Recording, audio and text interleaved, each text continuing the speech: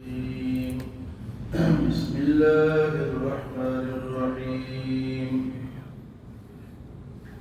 إذا جاء نصر الله والفتح ورأيت الناس يدخلون في دين الله أفواجا فسبح بحمد ربك واستغفره إنه كان توابا إذا جاء نصر الله والفتح جب اللہ کی مدد آ گئی اور فتح حاصل ہو گئی ورأيت الناس يدخلون في دين الله أفواجا اور دیکھا اپنے لوگوں کو کہ گروہ در گروہ دین میں داخل ہو رہے ہیں فسبح بحمد ربك واستغفر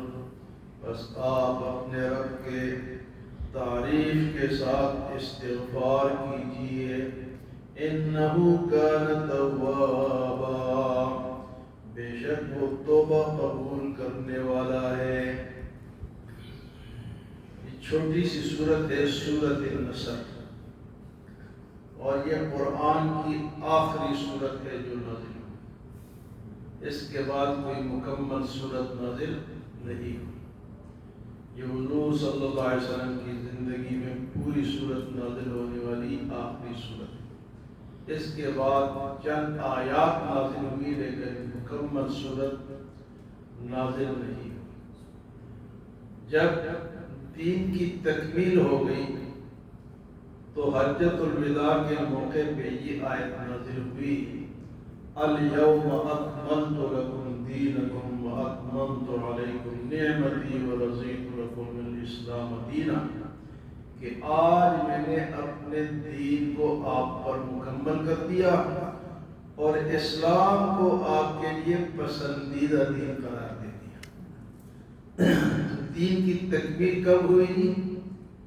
حجۃ الوداع کے موقع پہ سب کچھ مکمل ہو گیا، کوئی کمی بیشی نہیں ہے۔ یہاں ایک شعر پڑھا جاتا ہے کہ شاہ ہست حسین بادشاہ ہست حسین دین ہست حسین دین پناہ ہست حسین۔ ہاں جی،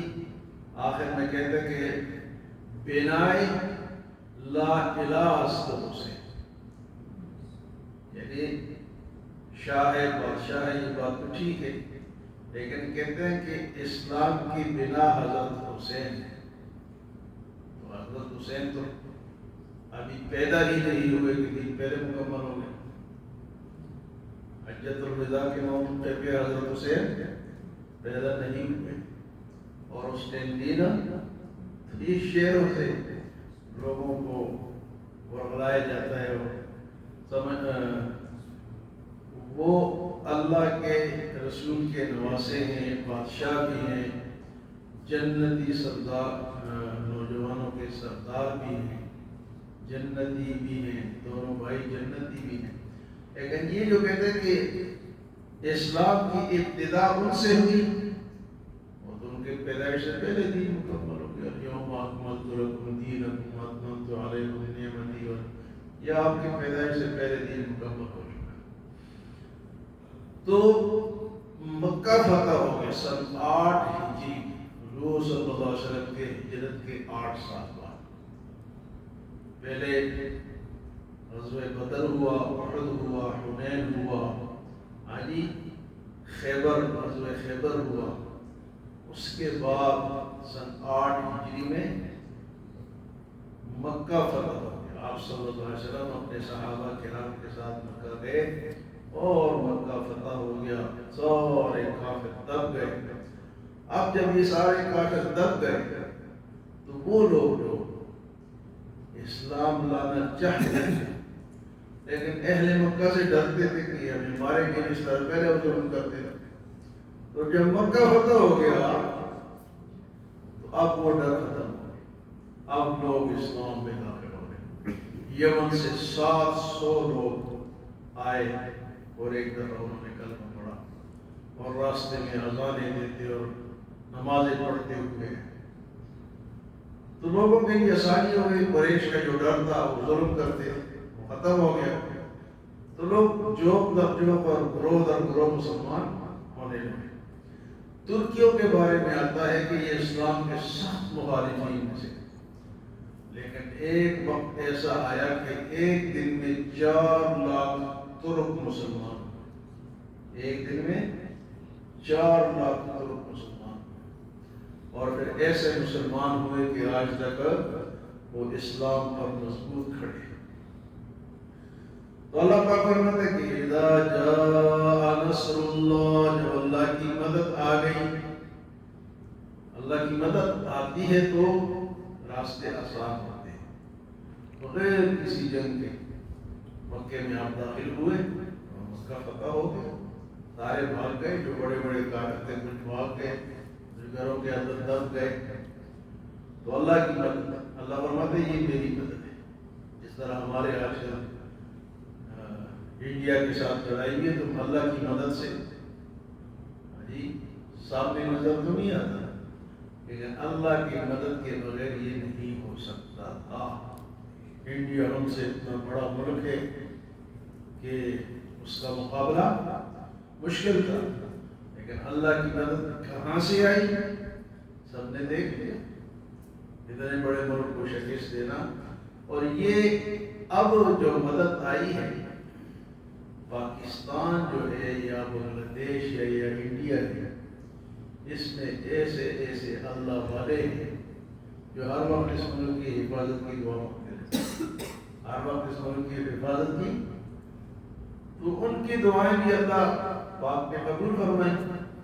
تو مکہ فتح کے وقت بھی اللہ فرمائے کہ میری مدد آئی، اذا جاء نصر اللہ والفتح، اور مکہ فتح ہو گیا۔ وَرَأَيْتَ النَّاسَ يَدْخُلُونَ، آپ دیکھتے ہیں کہ لوگ داخل ہوتے ہیں فی دین اللہ افواجا، اللہ کے دین میں فوج در فوج۔ پہلے تو 1-2 مسلمان ہوتے تھے، اب فوج، 10 بندے آ رہے، 20 آ رہے، 100 آ رہے، 700 آ رہے ہیں، اور مسلمان ہو رہے ہیں۔ فرمایا یدخلون فی دین اللہ افواجا، پر جب ایسی صورت ہو تو حضور صلی اللہ علیہ وسلم جب یہ صورت نازل ہوئی، حضرت ابوبکر رضی اللہ تعالیٰ عنہ، حضرت عمر رضی اللہ تعالیٰ عنہ، حضرت سعد بن ابی وقاص رضی اللہ تعالیٰ عنہ، حضرت عبداللہ بن عباس، نہیں حضرت عباس رضی اللہ عنہ، حضور کے چچا ہیں، یہ موجود تھے، تو سارے خوش ہو رہے تھے کہ اسلام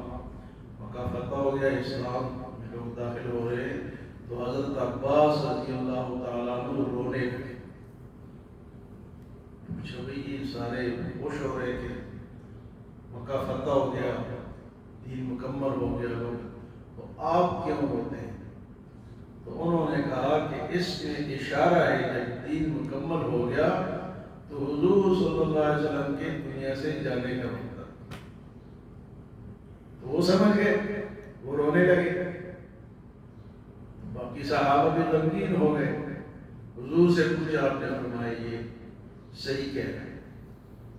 اللہ نے فرمایا کہ جب آپ دین مکمل ہو گیا، اور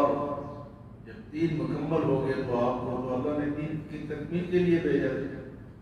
تو اب تو آپ کی اور ضرورت اس لیے نہیں رہی کہ آپ نے ایک جماعت تیار فرمائی، اور آپ بیمار تھے، آخری دنوں میں نماز نہیں پڑھا سکتے، تو فجر کی نماز حضرت ابوبکر صدیق پڑھا رہے تھے، وہ آپ نے پردہ اٹھا کے دیکھا، اور دیکھا کہ صحابہ نماز پڑھ رہے ہیں، پڑھا رہے ہیں، تو آپ مسکرائے، خوش ہوئے کہ میں نے جو کام کرنا تھا وہ آج مکمل ہو گیا، اور میری جماعت جو ہے وہ دین کو لے کے چل رہی ہے، نماز پڑھا رہی ہے۔ تو سب سے پہلے نماز کس نے پڑھائی؟ حضور کے بعد حضرت ابوبکر صدیق،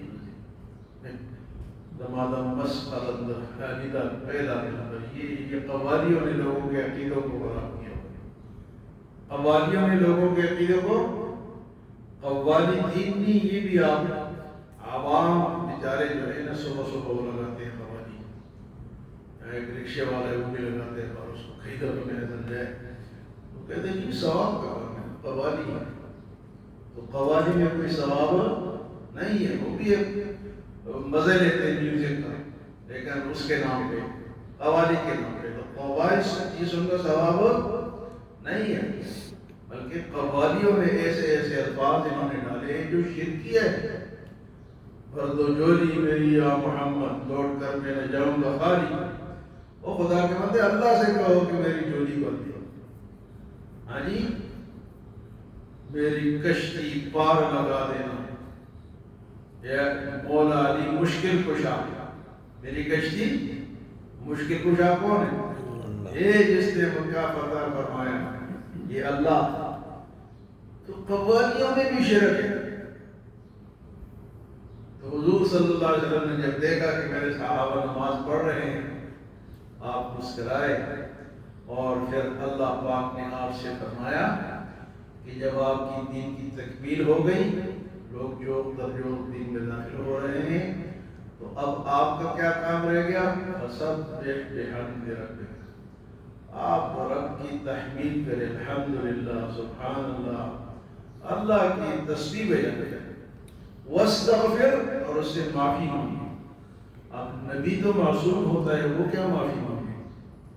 لیکن کبھی کبھی کوئی خلاف اولا بات ہو جاتی ہے نبی سے، یعنی ہونی نہیں چاہیے ہو جاتی ہے، تو اس سے بھی وہ معافی مانگتے ہیں۔ ہم تو بڑے بڑے گناہ کر کے بھی استغفار بھی کرتے ہیں، لیکن اللہ کے نبی سے فرمایا کہ آپ سے اگر خلاف اولا یعنی اچھی بات نہیں تھی لیکن ہو گئی تو فرمایا اس کی بھی معافی مانگے، واستغفر، اور حضور صلی اللہ علیہ وسلم نے ارشاد فرمایا کہ میں دن میں 100 دفعہ استغفار پڑھتا ہوں، تو وہ بخشے بخشائے پڑھتے ہیں تو ہمیں بھی پڑھنی چاہیے۔ فسبح بحمد ربک واستغفر، آپ اپنے رب کی تعریف کریں